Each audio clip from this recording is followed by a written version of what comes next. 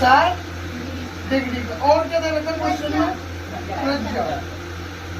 त्रिज्या कितने डिग्री की दे रखी है? 21 सेंटीमीटर। तो देखो पहला क्वेश्चन पॉइंट नंबर ए।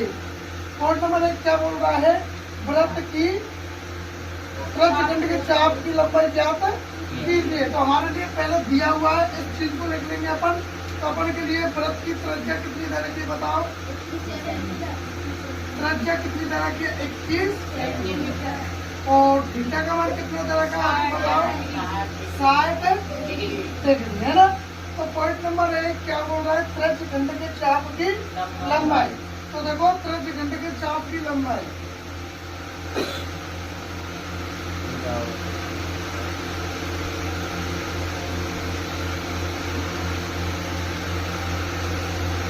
त्रिज्यखंड के चाप की लंबाई क्या होती है बताओ? कामराज जी पता है आपको? बताना।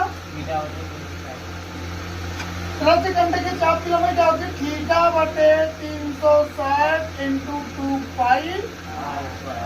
आ गया क्लियर समझ में? यहाँ तक चाप की लंबाई होती है थीटा बटे 360 इंटू 2 पाई। यहाँ तक क्लियर हो गया। तो देखो यहाँ से आगे थीटा का मान कितना दिया हुआ है आपको? 60 डिग्री। और आपको 360 के स्थान पर गुना 2 के स्थान पर 2 पाई का मान कितना लेना है बताओ? गुना त्रिज्या कितनी है पड़ेगी? 21 सेंटीमीटर। यहाँ तक आ गया सभी के समझ में कि नहीं आया बताओ? आ गया क्लियर? 1 0 से 1 0 कट गई, 6 कम 6 और 6 गुना 2। यहाँ तक समझ में आ गया? 1/6 1/6 बार कट गया।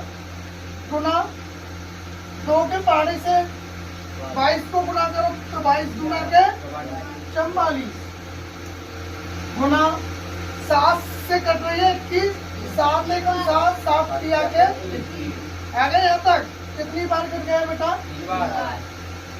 अब देखो और काटो 3 एकम 3 3 गुना के 6 क्या बचा? 44 बटे बराबर 2 का भाग 44 में 2 कितनी बार आया? 22 सेंटीमीटर स्क्वायर। यहाँ तक आ गया समझ में? 22 सेंटीमीटर तक आ गया सभी की समझ में कि नहीं आया बताओ? आ गया समझ में कि थीटा बटे 360 इंटू 2 पाई ये क्या होती है? त्रिज्यखंड के चाप की लंबाई। थीटा का मान कितना है? बटे 300 इंटू 2 पाई। यहाँ से आगे हो जाएगा। इसी प्रकार दूसरा क्वेश्चन बोल रहा है कि एक वृत्त के त्रिज्यखंड का